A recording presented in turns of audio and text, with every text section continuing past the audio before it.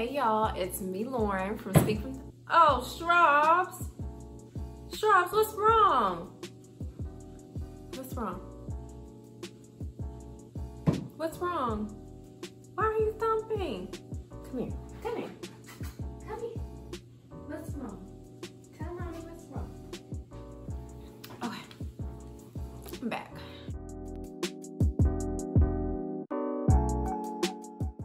Hey everyone, it's me, Lauren from Speak From the Heart, where I give you all things speech, language, and life. I'm a licensed speech language pathologist, and I'm so happy that you're here viewing my newest video. This video comes highly requested, and I am giving you 4 tips to slay your personal statement. So it is grad school season. Many of you are getting your applications ready so you can submit them very soon. And your personal statement is, in my opinion, one of the most important pieces of your application. It's really where you can just kind of let yourself shine. So let's get right into it. Number 1, don't be basic. And Lauren, what do you mean by don't be basic? I mean, don't use basic, generic, cliche language. Do not use, I want to be an SLP because XYZ. Of course, you want to state your why. Like, why is this important to you? Why do you want to pursue this field? But avoid just this really generic language. It just doesn't help you stand out from the crowd. And to be honest, it's boring. So you want to make sure that your intro paragraph states your why, answers the prompt, states why you want to do this, what has led you to pursue this in a very short and concise way, because you'll probably expand on it later in your personal statement. One tip that I always say is to kind of think about your future. And of course, you don't know exactly how things will go, but just based on where you are right now, what do you want? Oh my gosh, Strawberry, what is wrong? So, obviously you don't know what the future will look like, but kind of thinking about what things may look like for you based on your current interests, and use that as a way to state your why. And it makes it different. It makes it stand out, like, oh wow, she's thinking about her future, but she's also telling us why she wants to pursue this field. So keep that in mind. Don't be basic, be creative, be expressive, invoke emotion. That's what you want to think about. Tailor that thing. So tailor it.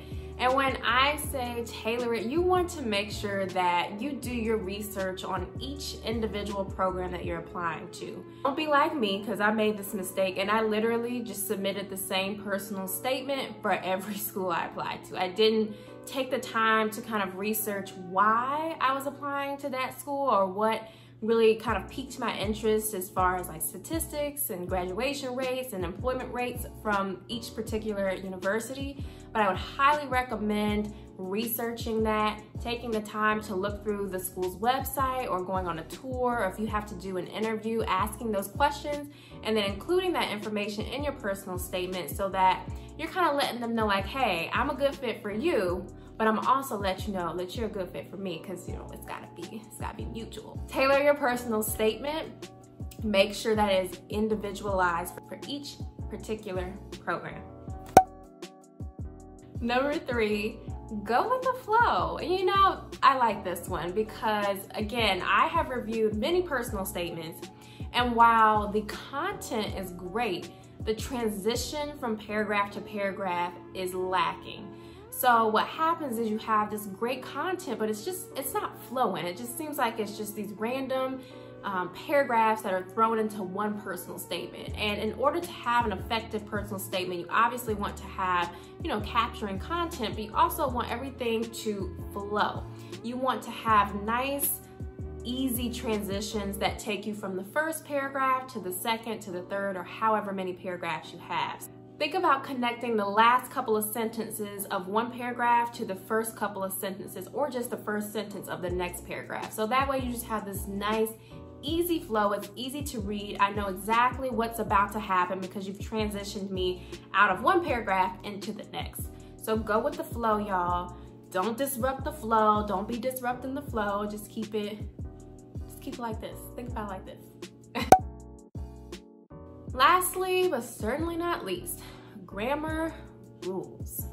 You know, we're speech pathologists, we're aspiring speech pathologists, and obviously the way that we write, the way that we use our words, you know, our syntax, our semantics, our grammar, it's all very important. Even if you're not going into speech pathology, that should be paramount when you're writing a personal statement. Just a couple of things to really be mindful of is, you know, your use of contractions.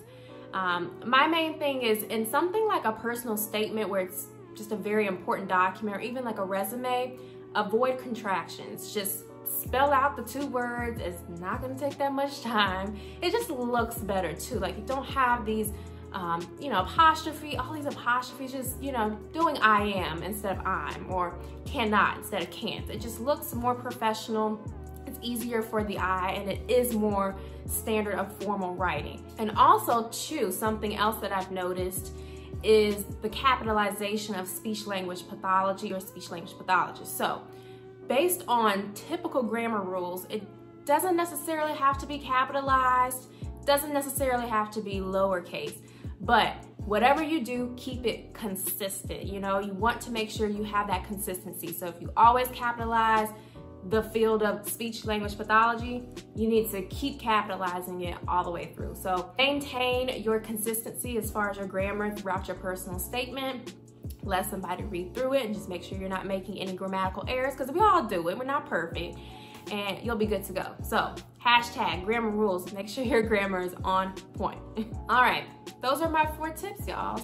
There are so many different things that can make your personal statement really stand out from the crowd and just make it you. That's really the main thing. When people read your personal statement, you want them to get a good sense of who you are and what this means to you, what going to grad school means to you, what being a speech language pathologist will mean to you. So making sure above all that it is personal to you, that you like it, that you love it, that you feel that you shine through in your personal statement. That's really the main thing.